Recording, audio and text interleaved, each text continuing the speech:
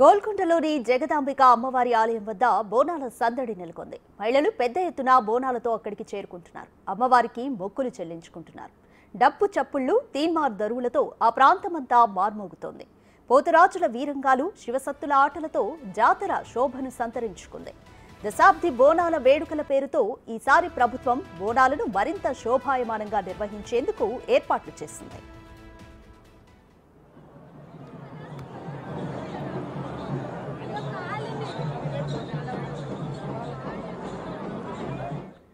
ఆషాఢ బోనాల సందర్భంగా నేడు గోల్కొండ జగదాంబిక ఎల్లమ్మ తల్లికి 3వ పూజ నిర్వహిస్తున్నారు.